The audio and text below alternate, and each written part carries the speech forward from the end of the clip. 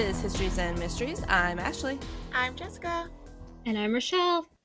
And this is our year episode. Woo!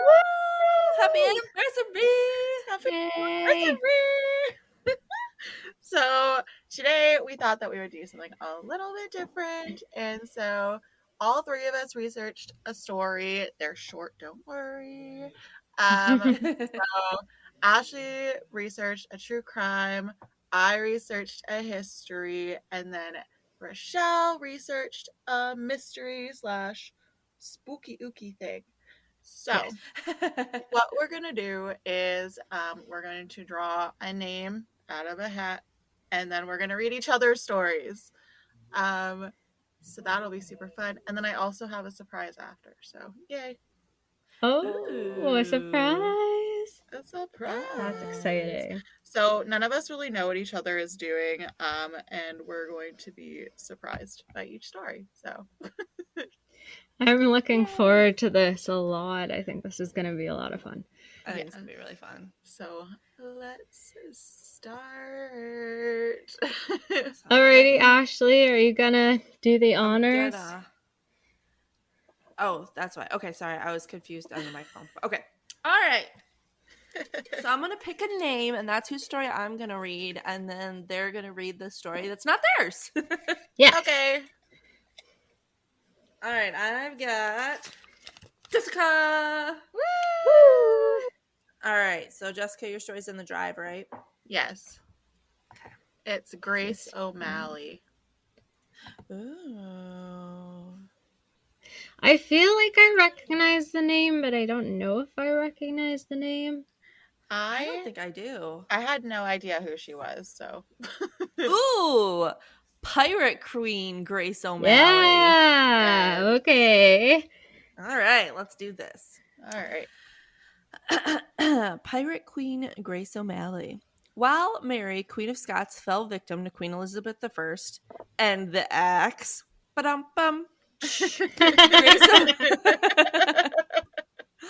Grace O'Malley was another queen who opposed the English monarch for nearly 40 years by robbing English ships and courageously opposing those that attempted to capture her family's territory.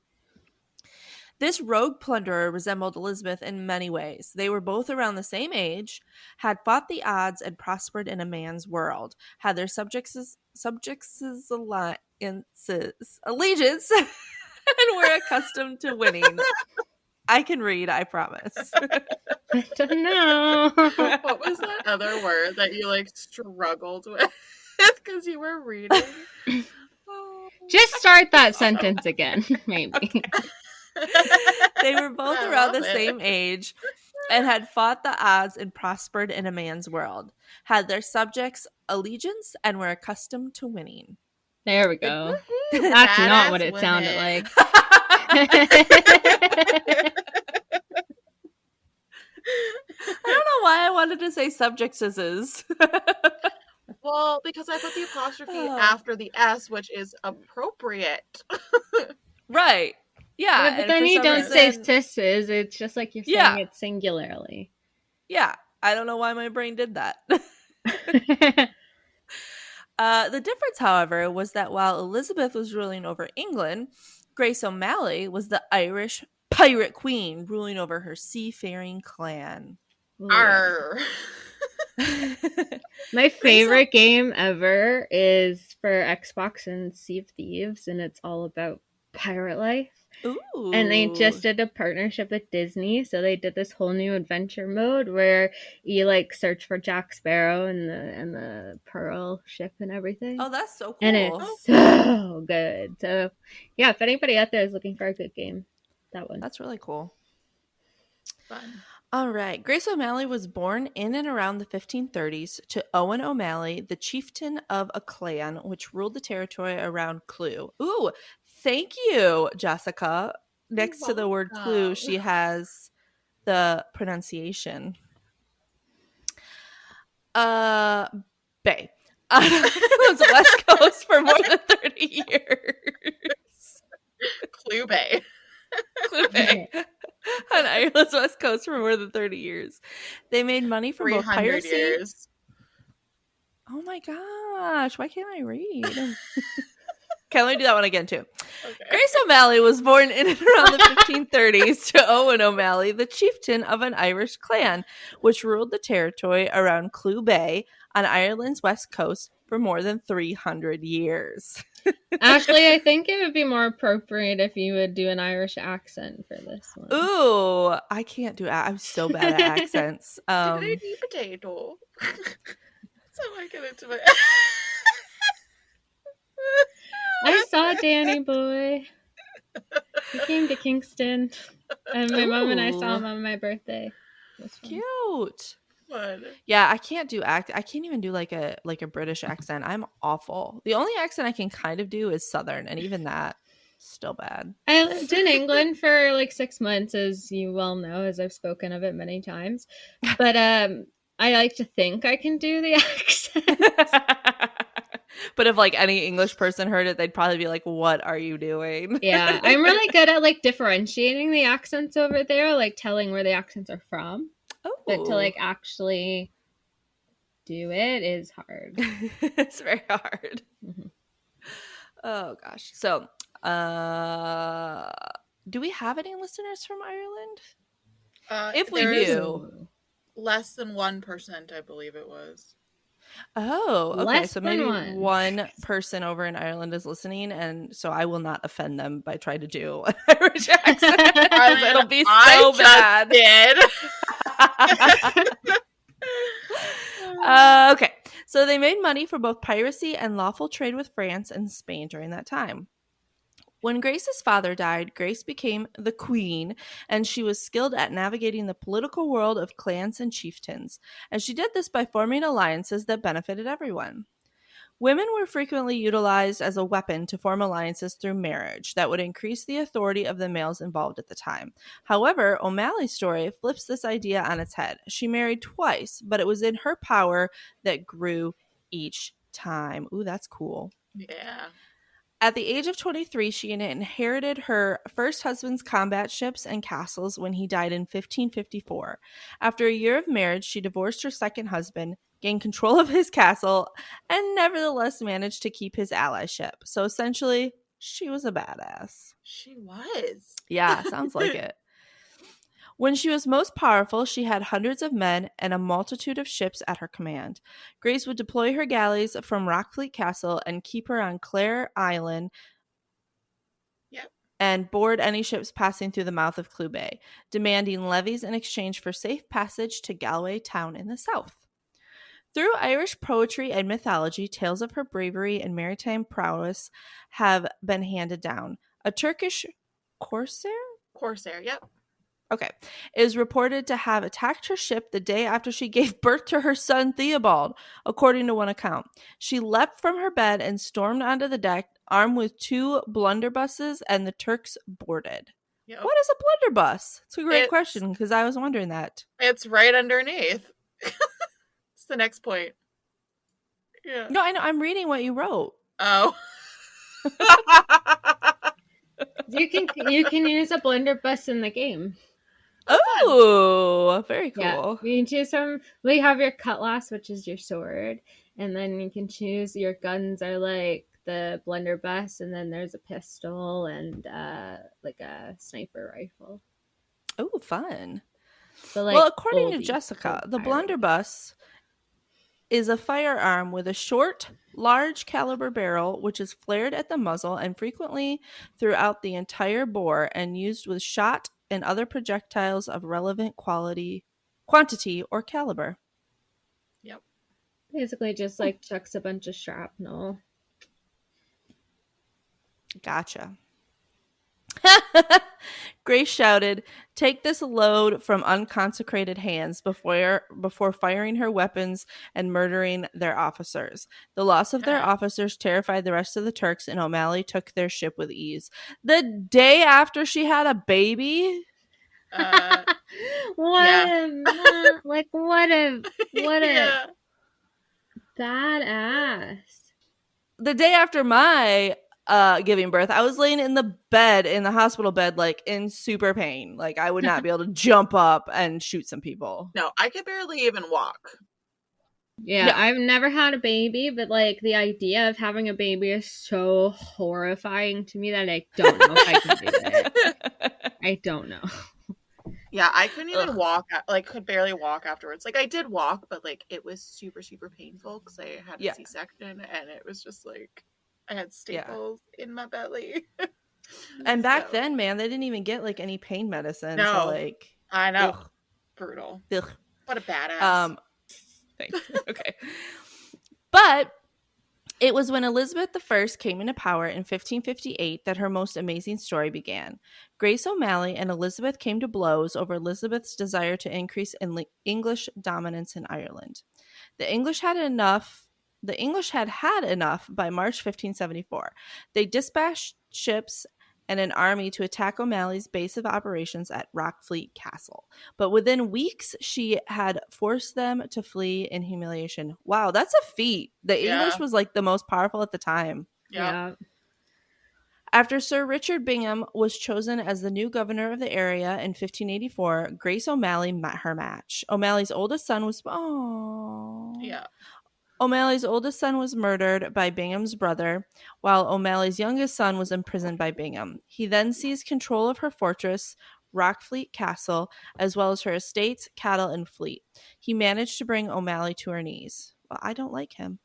With no other option, O'Malley did something spectacular. In the spring of 1593, she traded her seafaring methods for her diplomacy skills by requesting an appointment with Elizabeth. Wow, that takes balls. Yep.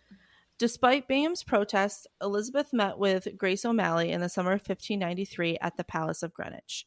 Some accounts of the meeting claim that O'Malley refused to kneel, brought a dagger, and declined Elizabeth's offer to confer the title of Countess on her because equals couldn't bestow titles on each other. I love that. In any event, it appeared that O'Malley presented her case to Elizabeth, who ordered the release of O'Malley's son, and in return, the return of her properties in exchange for her assistance in battling England's enemies abroad.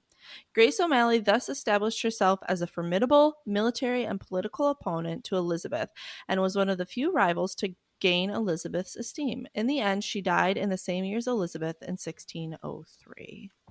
Whoa! That was sick. That's a cool story. She's like That my is a new cool favorite. story. I've definitely heard of her before, but I've never heard of the whole story. I've That never is heard awesome. of her. What a And badass. yeah. She's a I also used all that's interesting for the source. Oh, yeah. Yeah. It was at the top because I thought you would read it first. I skipped it. Clearly. But thanks for reading my story. Yeah, that was good. I love that one. Was it fun reading a story you had nothing? That was good choice. Like, I like It was that. cool because then, like, you know how like when you read, you kind of read ahead, so I could kind of see like when it said her son was murdered, and I was like, oh, yeah, it's sad. But I did keep getting tongue tied, so that was hard. Yes, it was not my writing; it was Ashley's tongue. It was. Don't worry, I do the same thing with my own I'm words. gonna go next. So. I'm gonna go next. Okay. You want to go next? I'm gonna go next. Okay. I'm gonna go next. Let me read Ashley's story. Like, you want your story read next, or you want to read No, next? I want to read the story next. Okay, so you'll be doing mine, right? And then Jessica will be doing Rochelle's. Yeah. Okay, so I used all that's interesting as well for mine, and it's in the drive, Rochelle. Carl, don't look at the bottom. Did you already look? Bottom? No, I did not look at the bottom. Okay, don't scroll all the way down to the end. Okay. Why? All right. I've never heard this name before, so end? this will be new for me. We'll figure that out. Yes. I have no patience. So, all I know is that this is true crime and about Carl Tanzler. Carl Tanzler was working as a radiology technician in Key West, Florida in 1931 when he met the love of his life, Elena, quote-unquote Helen Malargo de Hoyos. Helen had been revealed to him in a vision throughout his life by his ancestor, Countess Anna Constantia von Kossel. In these visions, the Countess showed Carl his true love's face, and he was floored when that same face was staring back at him in the hospital. Oh. What? There was only 3 problems. 1, she was only 22, and Carl was 54. Ew. 2, Helen was dying of tuberculosis, and 3, no matter how many gifts and medical help he showered her with, she did not seem to reciprocate his feelings. No means no. Exactly. Unfortunately, Helen succumbed to her disease and passed away. Oh. Carl, with permission from her family, paid for her funeral and erected an above-ground mausoleum. Oh, no. This is so creepy. Carl, with permission from her family, paid for her funeral and erected an above-ground mausoleum for her body, which he visited every night. Ew. Carl said that when he visited her grave, he would serenade her with her favorite Spanish songs, and her spirit would come to visit him. I think I know this story. Ew. He claimed that... Ew, I hate it. No. No. Oh, no. He claimed that she would often ask him to take her body from the grave. How could he not listen to the love of his life? So, one evening in April 1933, Carl snuck into the graveyard where Helen was buried and snatched her body from her grave. When was this?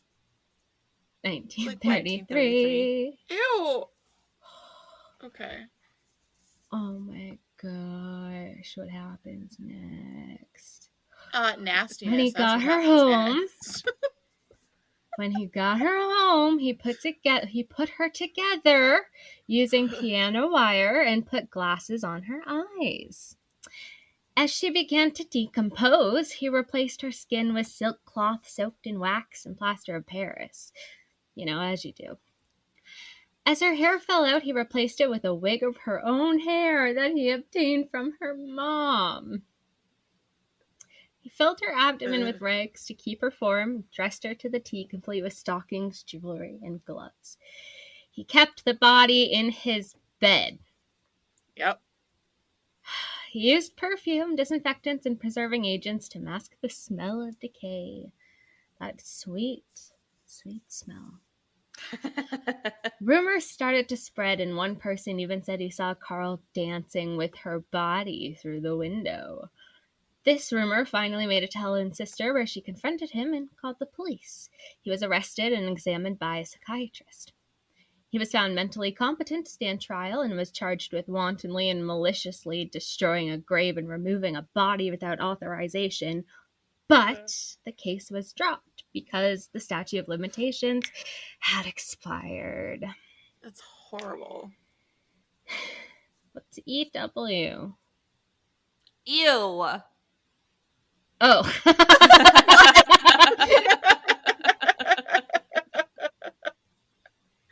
I was waiting to see if she was being serious or not. I thought it was like a acronym for something. No, it's just ew. Okay. Let me do that again. But the case was dropped because the statute of limitations had expired. Ew! That's horrible. How was that? Oh, I hate that. After the discovery of her body, it was put on display, public display, at the Dean Lopez funeral home, and around 6,800 people came to view Helen's body. She was then buried in an unmarked grave so that Carl could not find her. After all this, Carl moved to another city in Florida where he used the death mask to create a life-size version of Helen. He lived with it until he died at the age of 75. And he was 54 Gross. at the time. Years later, in 1982, an article by Michael Felder stated that renovation works found a note that was supposedly written by Carl that read, "She died because I gave this to her mercifully. I mixed the root of wolfsbane, in brackets monkshood, with aconite diluted. It was palatable, and my loved one departed this miserable world on October 25th, 1931. Suffer no more, sweet Elena. I have sent you to the angels with my golden elixir. Another person who knew Carl had once claimed that Carl said, I will kill Elena if it's necessary to fulfill my destiny. That's The end. horrible. Ew. That was Oh, the end. wait for it. Wait for it. It's just for your viewing pleasure, Richelle. Wait for it. I already- Okay, I know the story now that I see the Yeah. photo. Yeah. Yeah. Jesus. Yeah, and they said so years and years later, there was rumors that they found like a tube in her vaginal canal so that he could have sex with her, but that I was didn't just come out. ask you if We this didn't was- need that Yeah, information. he was doing thanks. necrophilia, right? Right. Yeah. Well, they said that they don't know if that's true or not because that little tidbit of information came out so many years later Yeah. that they're like, we don't know if that's really true. But what would you be doing with the love of your life's dead body? Like, Exactly. Yeah. So, Horrible. yeah. Ew. Blech. Yep, that's good old Carl. Grotesque. Carl, come on. Carl. Carl. I worked with Carl. a guy called Carl who is a retired guard at the pen. When I worked at the penitentiary, giving tours, I should clarify. And he was like the gruffest man on the outside, but like such a teddy bear on the inside. He would bring us snacks every morning. And it was so cute, and he was so cute, and he's still there. Aw. So yeah, if you go to Kingston Pen Tours and you see Carl, say hi. Hi, Carl. He's usually in segregation. That's funny. Did you guys ever watch Llamas with Hats? What? Oh, I think No. I've seen like pictures from it. Well, in one of them, the one person goes, Carl. I always think of The Walking Dead with Rick always going, Coral. Oh. Coral. Oh, see, when I think of Carl, I think of the kid from Up. Oh. And You Carl. mean the old guy? Old guy is No, Carl. the kid is Carl, I think. No. Yeah. That's a weird kid name. Is it? Unless you named your kid Carl, listener, then it's Hold not on. a weird kid name. I will Google this. We gotta get to the bottom of this. Oh. I think you're right. I don't know. I was thinking Kevin, but I think that's the dog. Kevin's the bird. The bird. Oh. Doug is the dog. Carl is the old man. Russell is the little kid. Russell's the Oh, I kid. was yeah. right. Okay.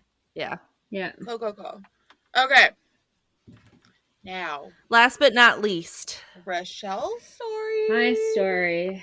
It's so pretty. Richelle handwrites her stories most of the time, and so that's what she sent us was pictures of it, and apparently it's very pretty. I didn't look at it because you told me not to. Yeah, don't look at it yet. You can look at it at the end. Look at it after. It's Okay. very pretty. She does just like read little it as you drawings see and it. doodles, and it's adorable. Cute. Did you do like stencils for some of this stuff, or did you? I do have like some journal stencils, and then other things I just kind of make it up as I go. Fun. Oh, that's okay. super cute. All right. So it's all right. I'm just gonna read this as it goes. Remember, Richelle wrote this, so. I love Halloween. Me being Richelle, the writer, not whoever's actually reading this. Although, I do love Halloween. It's my favorite holiday. It's my second favorite holiday after Christmas. We watched the show Psych, and like a pineapple is very prevalent through the whole thing. And so Kyle and I got Evie a pineapple costume for Christmas. Oh my gosh. I want to dress Oliver up as a bat. Aw, cute. That's cute. I love it. All right, so Richelle says, if I could run away to Halloween Town, I would have left already. But enough about me. I also love Halloween Town. I do too. Take it away. Insert name here, which is me, Jessica. All right. Welcome to the weird and wonderful history of the spookiest night of the year. The word Halloween itself was popularized by famed Scottish poet Robert Burns. His poem Halloween, published in 1785, gave the holiday, yes, it's a holiday, its name. He said, oh, I defend it what? every time anybody tries to tell me that Halloween's not a holiday. It's a holiday. It's a holiday. It's 100% a holiday. First of all, fuck you for making me say all these weird words, but here we go. And how'd their Halloween foo blithe that night? What? I don't know. I didn't write I it. to say it. Ugh. It's like, and how'd, H-A-U-D, their Halloween, F-U apostrophe B-L-I-T-H-E, foo blithe. I don't know. Sounds about right. The fuck do I know? F you. Honestly. F you, Blythe.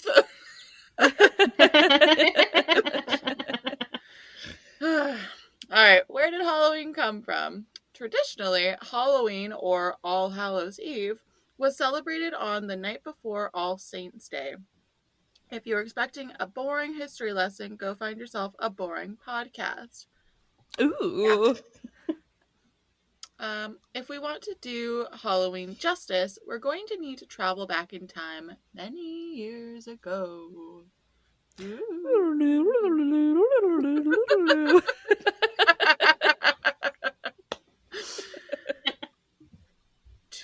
Honestly, I want to insert those sound effects. I like Ashley's. Like...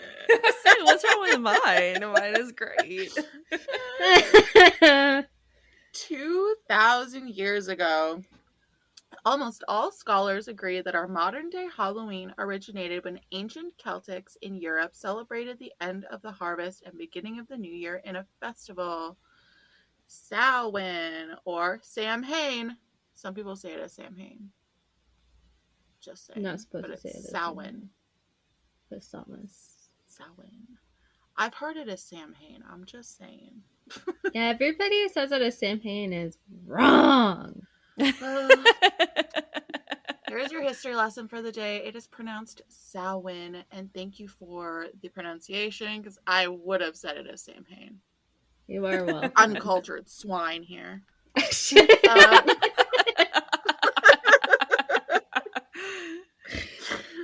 Anyways. According to the American Folklife Center, people also believe that during Samhain, it is much easier to communicate with the dead. Large bonfires would be lit in honor of the dead and other deities. Bats have been associated with Halloween since the Druids.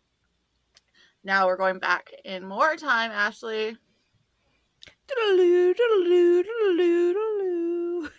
I used to do a tour for the Haunted Walk called the Time Travel Trail Tour. And it was like not a scary tour. It was like an interactive kind of wacky history tour. And I had to play like a time traveler. And I had on my hip, like a time box that had like laser lights in it. And then every time I had to like travel back in time, like set the thing. And then I was like seeing the world. It was like there was a glitch. So where like the people on my tour didn't like come with me, but we were like together in some like inner time and space fun, like a world. rift in time. Yeah, and so I was seeing everything as 1867, and they were seeing everything as modern. So I was like describing to them what it looked like and leading games and talking in his funny accents and stuff. That's cool. All right, so we're in 43 AD. The Romans had conquered most Celtic territory and had introduced their own festivals. Pomona, which is a Roman festival, honored the goddess of fruit and trees. This is where bobbing for apples came from. Eventually, Christianity tried to replace pagan holidays like Samhain with their religious celebrations. I don't know how to do this. Okay. This is the Halloween evolution. She gave me a little timeline. Okay. Cute. So first we have 1000 AD, November 2nd was All Souls Day. Then we have All Hallows was November 1st, making October 31st All Hallows Eve. And then today, our October 31st is Halloween. Halloween. We're a musical podcast now. I had to put my theater degree somewhere too. Adorable. I love it. Traditions for Halloween. Old England and Ireland. Despite the push towards religion, they continue to associate that time of year with the wandering dead. Their tradition of mumming was essentially an earlier version of modern trick-or-treat. Cute. Cool. In America, in the southern colonies, people began celebrating the harvest with ghost stories. I love ghost stories. In the 17 to 1800s, women would perform husband-finding rituals. Oh. Oh my gosh, I love this. Okay, y'all, if you want to find a husband, this is the spell, okay? Ooh. Throw an apple peel over your shoulder. The peel will fall in the shape of their future husband's initials. Ooh, I need to try this. Not me already with a husband. I say you already have a husband, Jessica. You're searching for your next husband. Yeah, he's not gonna live forever, okay? He's like 16 years older than me. The winner of an apple bombing competition will be the first to get married. And if you stand in a dark room facing a mirror, light a candle, and your future husband's face will appear in the glass. Or Bloody Mary. I hate that. I hate that so much. I know. Anytime I shower with one of my very low lights on, I'm so scared of looking in the reflection. Yeah. I hate it. I don't want anything to show up. That's I one always thing. Avoid it. At nighttime, I don't like open windows, and I don't like looking in a mirror. Yeah, I don't like looking in a mirror at night either.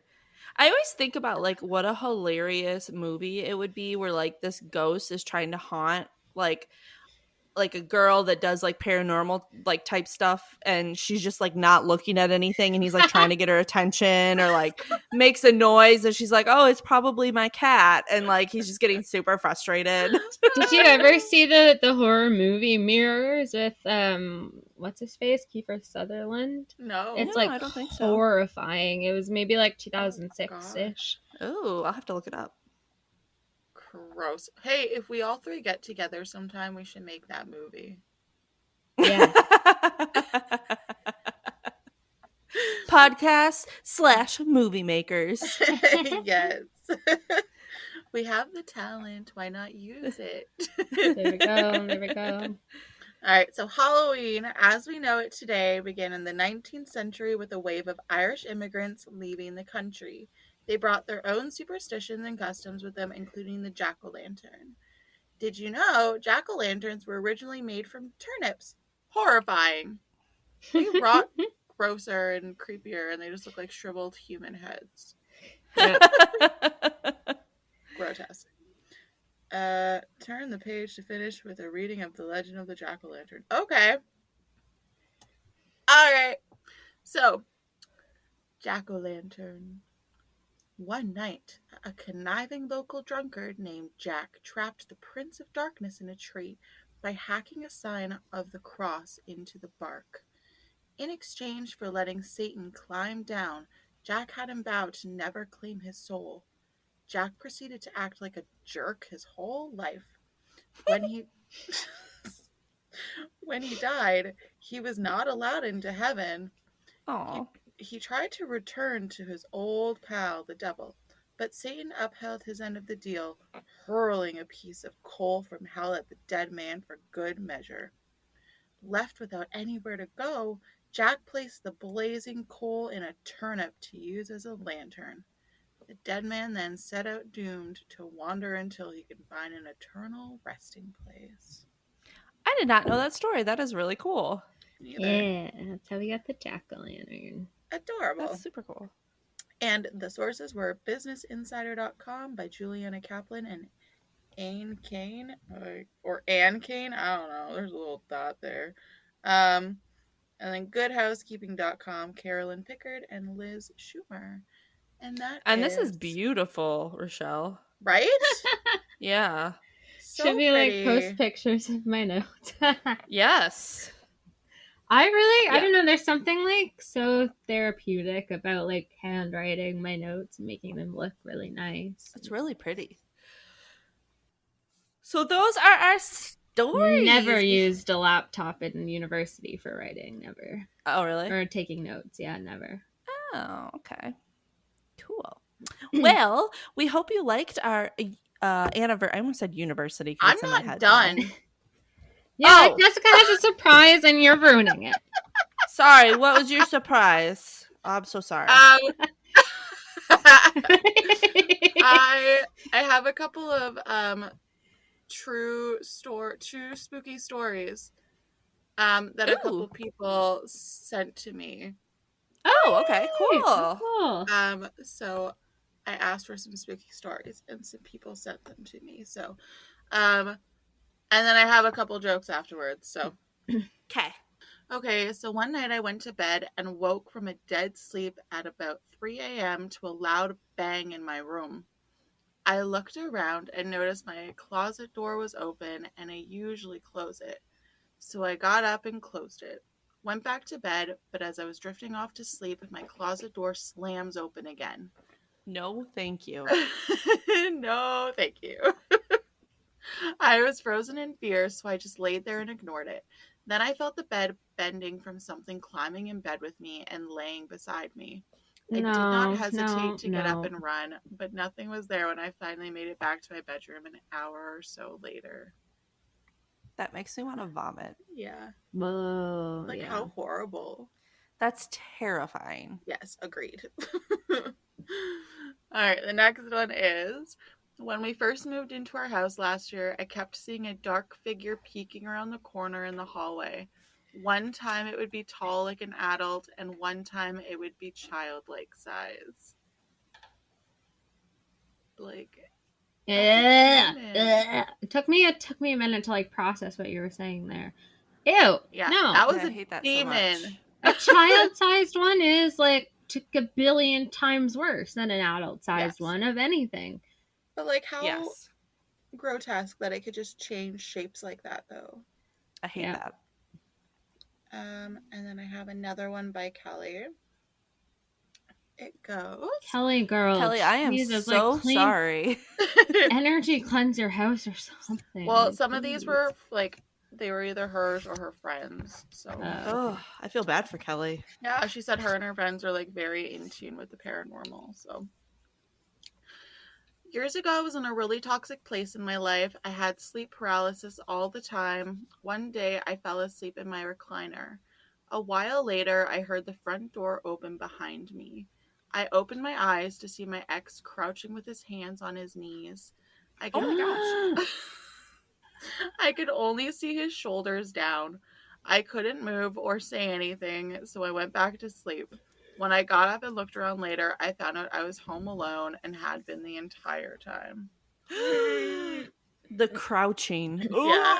I've experienced sleep paralysis many times, and it's really horrifying. Yes. Ew. Oh. Yep. That would be awful. And fever hallucinations, too, which are not fun. Gross. Oh, gosh, you poor thing. All right. And then the next story is from another individual. It's about sleep paralysis, I believe. She said, or they said, mine's not terribly exciting, but I had one episode in college before I even knew sleep paralysis was a thing. I was sleeping in my room when I woke up and I couldn't move. It was terrifying. I looked to my right, and in a doorway was a 7-ish foot tall shadow figure. All black, but you could see his long arms and legs. The thing that most stood out to me was his fingers. They were insanely long and appeared almost like he had the Grinch's, like with the hair, but they were solid. Sounds like Slender Man. That's what I was thinking.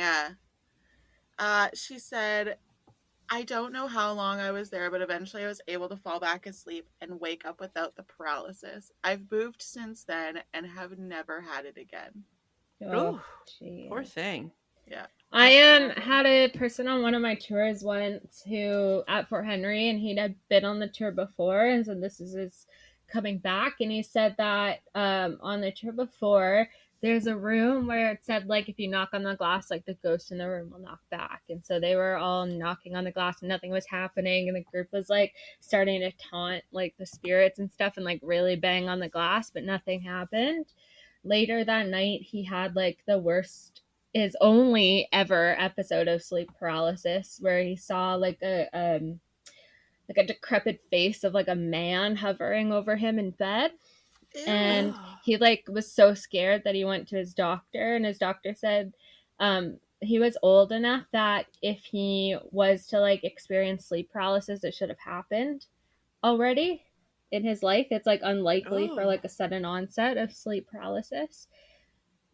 Oh. So, like, he came, I was like, I don't know why he came back, bud, but That's fine. Hate it. But those are our stories. Oh, thank you, listeners, for sending those in. Those were great. I mean, not great for you. That sounds like horrifying, but they're great stories. Yes, thank you very much. yeah. And just to close us off, I have some jokes. Okay. So, which bear is the most condescending?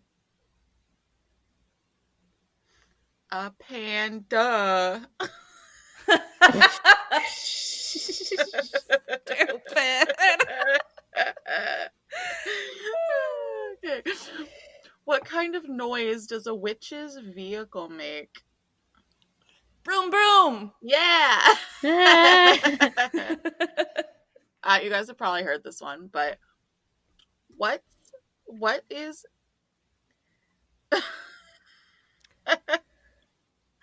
what is brown and sticky? A stick. Yeah. Oh my goodness. All right. 2 guys walked into a bar. The third guy ducked. So stupid. And then the last one. How do you get a country girl's attention? A tractor. No! I don't know why I said a tractor, but it's literally a tractor. A tractor. A tractor. Yeah. Oh gosh. Those were great. Thanks, Jess. No worries. Yeah. What a fun episode. I really enjoyed that. We should do that, like, every so often. Yeah, that was fun. I like that.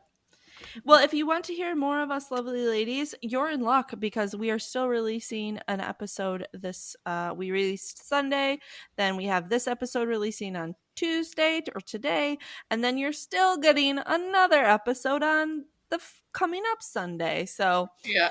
But if that is just not enough of us, you can find us on our website at historiesandmysteries.ca, and check us out on TikTok, where you can actually see our lovely faces.